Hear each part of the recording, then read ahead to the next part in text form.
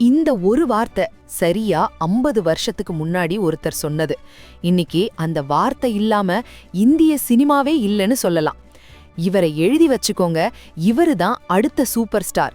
சுத்தி இருந்தவங்க எல்லாம் உலகநாயகன் கமல்ஹாசனை பார்த்துட்டு இருந்தப்போ ஓரமா நின்னுட்டு இருந்த ஒரு கருப்பான தாடி வச்ச இளைஞனை பார்த்து ஒரு நடிகை இப்படி சொன்னாங்கன்னா உங்களால நம்ப முடியுதா?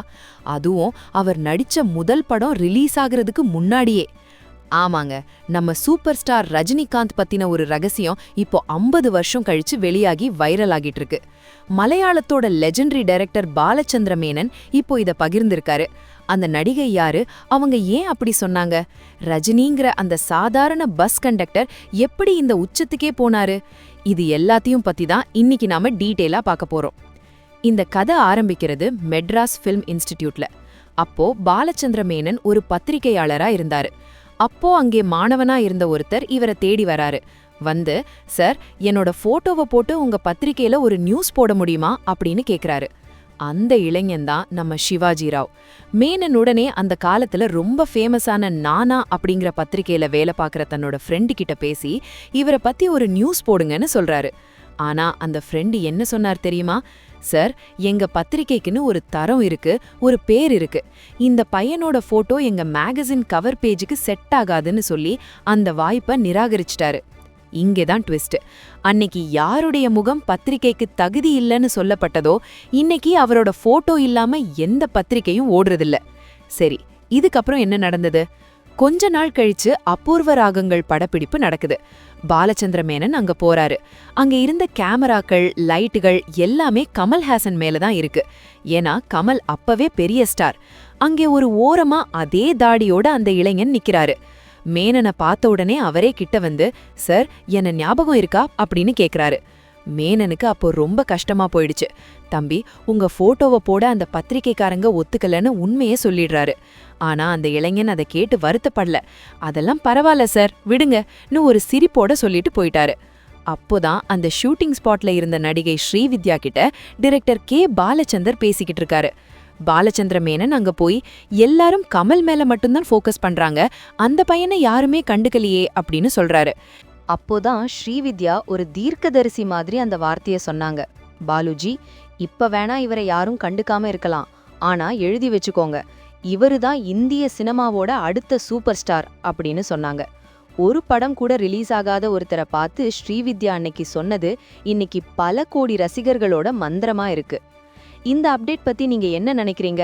ஸ்ரீவித்யாவோட அந்த கணிப்பு எவ்வளோ பெரிய விஷயம் இல்லையா? பொதுவான பின்னணி தகவல்களை பார்த்தோம்னா, ரஜினி சூப்பர் ஸ்டாரான அந்த பயணம் பூக்களால் ஆனதில்ல. பெங்களூர்ல பஸ் கண்டக்டரா இருந்த சிவாஜி ராவ் கிட்ட இருந்த அந்த நடிப்பு திறமைய முதல்ல பார்த்தது அவரோட காதலி நிர்மலா தான். ரஜினிக்கே தெரியாம ஃபில்ம் இன்ஸ்டிடியூட்ல அப்ளிகேஷன் போட்டு அவரை சென்னைக்கு அனுப்பி வச்சதே அவங்க தான். ஆனா ஒரு சோகமான விஷயம் என்னன்னா, சென்னைக்கு வந்து ரஜினி பெரிய ஆளாகி திரும்பி போய் பார்த்தப்போ நிர்மலா அங்க இல்ல. அவங்க வீடு பூட்டப்பட்டிருந்தது.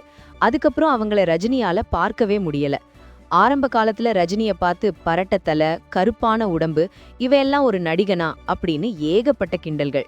சினிமா வட்டார தகவல்கள் படி அப்போ ரஜினிக்கு வந்த நெகட்டிவ் விமர்சனங்கள் சாதாரணமானதில்ல. ஆனா அவர் எப்படி ஜெயிச்சாரு தெரியுமா? அவரே ஒரு குட்டி கதை சொல்லுவாரு. அதுதான் காது கேளாத தவளை கதை. ஒரு 500 அடி மலை மேல 3 தவளைங்க ஏற முயற்சி பண்ணுச்சான். கீழே இருந்த மத்த தவளைங்க எல்லாம், உன்னால முடியாது, அங்க பாம்பு இருக்கும், தேள் இருக்கும், விழுந்துருவேன்னு கத்திக்கிட்டே இருந்திருக்கு. இதை கேட்டு பயந்து போய் முதல் தவளை 100 அடியில விழுந்துடுச்சு. 2வது தவளை 300 அடியில விழுந்துருச்சு. ஆனா ஒரே ஒரு தவளை மட்டும் மத்தவங்க பேச்சை எதையுமே காதுல வாங்காம மலை உச்சிக்கே போயிடுச்சு.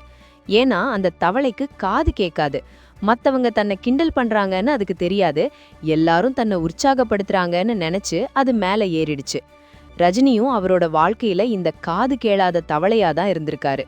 இன்னைக்கு 2026ல நின்னுக்கிட்டு நாம பின்னாடி திரும்பி பார்த்தா அந்த 50 வருஷத்துக்கு முன்னாடி ஸ்ரீவித்யா சொன்ன வார்த்தை எவ்வளோ பெரிய உண்மைன்னு புரியுது.